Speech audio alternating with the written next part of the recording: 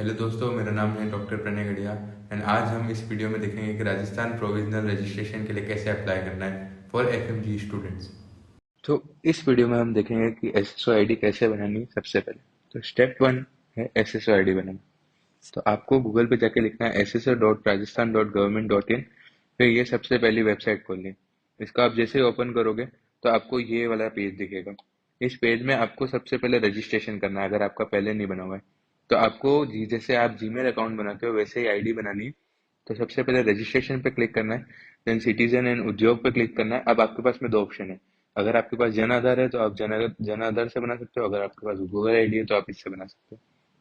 After this step, you will get your account details on your text and Gmail।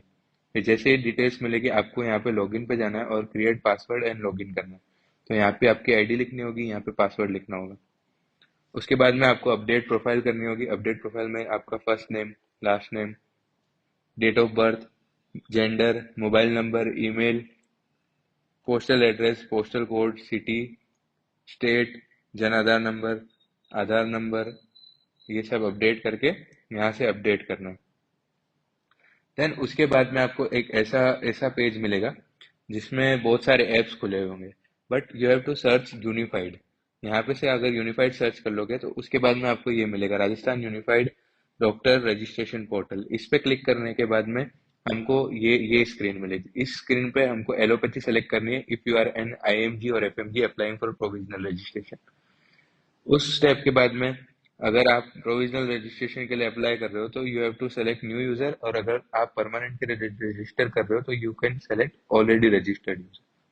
New user पे click करने के बाद में यहाँ पे आपके पास में फिर से ऑप्शन आएगा प्रोविजनल और परमानेंट में सेलेक्ट करने के लिए। तो प्रोविजनल में सेलेक्ट करके नेक्स्ट पे दबाने के बाद में यहाँ पे आपको अपनी पर्सनल डिटेल्स फिल करने का आएगा। तो पर्सनल डिटेल्स में सबसे पहले आपको अपना नेम डालना है, मदर्स नेम डालना है, फादर्स नेम डालना है, जेंडर सेलेक्ट करना है, your religion, your category, date of birth and email address. Email address डाल के आपको गेट ओटीपी पे क्लिक करके ओटीपी यहाँ पे से लेना है। उसके बाद में ओटीपी डालने के बाद में मोबाइल नंबर डाल के आपको यहाँ पे ओटीपी डालना है and then you have to click on submit detail. Next page आएगा, उसमें आपका प्रोविजनल रजिस्ट्रेशन का डेटा कलेक्ट किया जाएगा। तो सबसे पहले आप पर्सनल डिटेल्स पर जो होगी वो अपने आप ही आ जाएगी। उसमें सिर्फ आपको आपका आइडेंटिटी प्रूफ का नंबर एंड आधार कार्ड डालना है, बाकी सब चीजें अपने आप आ जाएगी। वो आप एक बार चेक कर सकते हो यहाँ पे सही है या गलत है। देन उसके बाद में आपको अपनी नेशनलिटी सेलेक्ट करनी है। अगर आप राजस्थान डोमिसाइल पे हो तो यस कर सकते हो, अगर नहीं हो तो नो कर सकते हो। Then you have to fill Rajasthan, then Aadhaar number अगर आप राजस्थान के हो। Then you have to select this two option, कहाँ पे आपने स्टडी कंप्लीट करी है। अगर आप आईएमजी हो तो आप इंडियन सेलेक्ट कर सकते हो, अगर आप एफएमजी हो तो आप फॉरेन सेलेक्ट कर सकते हो। Then you have to select here the country. जैसे मैंने यूक्रेन से किया था तो मैंने यहाँ यूक्रेन ले लिया। जैसे ही आप फॉरेन सेलेक्ट करोगे उसके बाद में आपको पासपोर्ट डिटेल्स डालने का होगा। तो उसमें आप passport number, place of issue, date of living India मतलब जब आप फर्स्ट टाइम बाहर गए थे पढ़ने के लिए, and date of returning India जब तुम लास्ट बार अपनी डिग्री कंप्लीट करके आए थे, and your address as per passport. ये डालने के बाद में आपको पूछा जाएगा have you ever been convicted, क्या आप कभी अपराधी ठहराए गए हो। तो अगर आप ठहराए गए हो तो यस पे क्लिक करना, अगर नहीं ठहराए गए हो तो नो पे क्लिक करना। उसके बाद में आपको fill any two family member details having SSO ID पूछेगा। तो इसमें जरूरी नहीं है कि भले आपके घर पे कोई डॉक्टर हो या कुछ भी हो जिसकी एसएसओ आईडी बनी हुई है तो उनके दो लोगों के यहाँ पे name, address and phone number लिखना है एंड ईमेल एड्रेस लिखना है। ये जैसे आप सबमिट करोगे उसके बाद में आपके पास में नेक्स्ट पेज आएगा जिसमें आपको क्वालिफिकेशन डिटेल्स डालनी होगी। तो उसमें आपको सबसे पहले 10th की डिटेल्स डालनी पड़ेगी। You have to select the study, state of study, board council मतलब सीबीएसई से किया है या आरबीएसई से किया, year of passing, roll number, CGP है या फिर परसेंटेज था, फाइनल मार्क्स, मैक्सिमम मार्क्स कितने थे और आपके कितने मार्क्स है। सेम टू सेम यही प्रोसेस आपको 12th के लिए भी करना है। देन उसके बाद में 12th के बाद में हमको और सब्जेक्ट की डिटेल डालनी होगी। जैसे फॉर एग्जांपल मेरा इंग्लिश, फिजिक्स, केमिस्ट्री, बायोलॉजी था, तो उसके अंदर मेरे को परसेंटेज सेलेक्ट करके पूरे मार्क्स में से मेरे कितने नंबर थे ये डालना। इसके बाद में हमको डालना है एमबीबीएस डिटेल्स। एमबीबीएस डिटेल में कोर्स टाइप में undergraduate, name of course अगर आपका एमबीबीएस है तो एमबीबीएस, और अगर आपका general medicine equivalent to MBBS है तो आप वो सेलेक्ट कर सकते हो। Name of university, name of college, year of admission, year of passing, passing month, roll number में आप डिप्लोमा नंबर डाल सकते हो या फिर आपका जो भी रोल नंबर हो डाल सकते हो।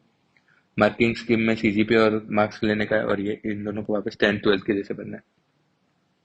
इसके बाद नेक्स्ट स्टेप है एफएमजी क्वालिफिकेशन डिटेल।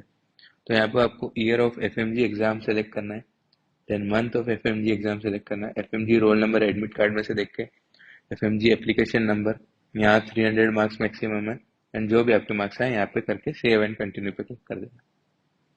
इसके बाद आपके पास में नेक्स्ट स्टेप आएगा एड्रेस फिल करने का। अगर आपका परमानेंट एड्रेस और कॉरेस्पॉन्डेंस एड्रेस सेम है तो यहाँ पे आप टिक कर सकते हो, वरना आप अपना एड्रेस इन सब चीजों के अकॉर्डिंग फिल कर सकते हो। यहाँ पे एक छोटा सा ग्लिच हो सकता है, अगर वो ग्लिच हो तो आपको यहाँ से वापस बैक टू एसएसओ आईडी दबाने की जगह सिर्फ बैक दबाना है। आप बैक करोगे और फिर वापस आपको पूरा पूरा वापस भरना पड़ेगा। देन अब सेव एंड कंटिन्यू करने के बाद में डॉक्यूमेंट्स की लिस्ट आएगी कि हमको कौन कौन से लिस्ट ऑफ डॉक्यूमेंट डालने। तो मैंने list of document already description में बता रखी है, आप पहले से वो डॉक्यूमेंट्स की पीडीएफ बना लेना। पीडीएफ मिनिमम 20 KB से मैक्सिमम 200 KB की होनी चाहिए फोटोज और सिग्नेचर के लिए, एंड फॉर डॉक्यूमेंट्स 20 से लगाकर 2 MB की होनी चाहिए। तो सबसे पहले आपको यहाँ पे अपना फोटोग्राफ अपलोड करना है पासपोर्ट साइज, देन यहाँ सिग्नेचर अपलोड करना है। उसके बाद नेक्स्ट स्टेप है डॉक्यूमेंट्स अपलोड करने का। उसमें फर्स्ट डॉक्यूमेंट है आईडी प्रूफ। यहाँ पे आप अपना आधार कार्ड, पैन कार्ड, पासपोर्ट वगैरह कुछ भी अपलोड कर सकते हो। देन 10th की मार्कशीट, 12th की मार्कशीट, फाइनल मार्कशीट में एमबीबीएस मार्कशीट अपलोड करनी, कैरेक्टर सर्टिफिकेट एंड नीट का स्कोर कार्ड। देन उसके बाद में डिग्री, वापस नीट का score card, internship completion certificate from graduation country. अगर आपने अपने ग्रेजुएशन कंट्री में इंटर्नशिप करी है तो उसका सर्टिफिकेट अपलोड करना है। अगर आपने नहीं करी है तो आप वहाँ पे ब्लैंक पेज अपलोड कर सकते हो। एंड पासपोर्ट के सारे pages, passing certificate, internship start order from Rajasthan medical council and college. उसके बाद में हमको सारे के सारे वीजाज जो हमने यूज किए थे ट्रैवल करने के लिए वो डालने हैं। टोटल नंबर ऑफ डेज में सेल्फ डिक्लेरेशन फॉर्म अपलोड करना है। Total number of clinics and practical training में ट्रांसक्रिप्ट अपलोड करनी है, और अगर आपके पास में ये रियल डॉक्यूमेंट है तो आप ये अपलोड कर सकते हो। देन हमको certificate of passing for each year end semester में अटेम्प्ट सर्टिफिकेट अपलोड करना है। देन ग्रेजुएशन कंट्री का लाइसेंस अपलोड करना है अगर आपके पास में है। अगर आपके पास में नहीं है तो आप ब्लैंक पेज अपलोड कर सकते हो। फिर यहाँ पे आपको पूरा प्रीव्यू मिलेगा। उस प्रीव्यू के बाद में आपको ये 2 टिक मार्क्स आएंगे, वहां पे यहाँ पे आपको सेलेक्ट करके अपडेट वीजा डिटेल्स पे क्लिक करना है। तो ये वीजा डिटेल्स कैसे अपलोड होगी, जैसे हमने सेल्फ डिक्लेरेशन फॉर्म भरा था विद डेट्स और विद पासपोर्ट नंबर। उसके बाद हमारे पास में एक ये प्रीव्यू वापस से आएगा, इसमें सब कुछ लिखा होगा और फाइनल पेमेंट पूछेगा हमसे 11,800 रुपये का, वो हमको फिर पे करना है। यहाँ पे क्लिक करेंगे हम, जैसे ही पेमेंट करेंगे उसके बाद में यहाँ स्टेटस पेंडिंग लिखा होगा और वापस से पे नाउ लिखा होगा। पर हमको 24 आवर्स तक वेट करना है, क्योंकि वापस पेमेंट कर देंगे तो रिफंड पॉलिसी नहीं होती आरएमसी में, और 24 आवर्स बाद में ये अपने आप सही हो जाएगा और वापस कुछ ऐसा दिखाएगा कि स्टेटस सक्सेसफुल। यहाँ से आप अपनी डाउनलोड पे स्लिप कर सकते हैं एंड डाउनलोड फॉर्म कर सकते हैं। यहाँ पे आपका अमाउंट वगैरह दिख जाएगा, ट्रांजेक्शन आईडी दिख जाएगी। फिर यहाँ से आपको बुक वेरिफिकेशन डेट करके बुक और स्लॉट फॉर फिजिकल वेरिफिकेशन करके सेलेक्ट डेट करनी होगी, और फिर जो भी डेट होगी वहां पे से आपको आरएमसी में फिजिकल वेरिफिकेशन के लिए जाना पड़ेगा।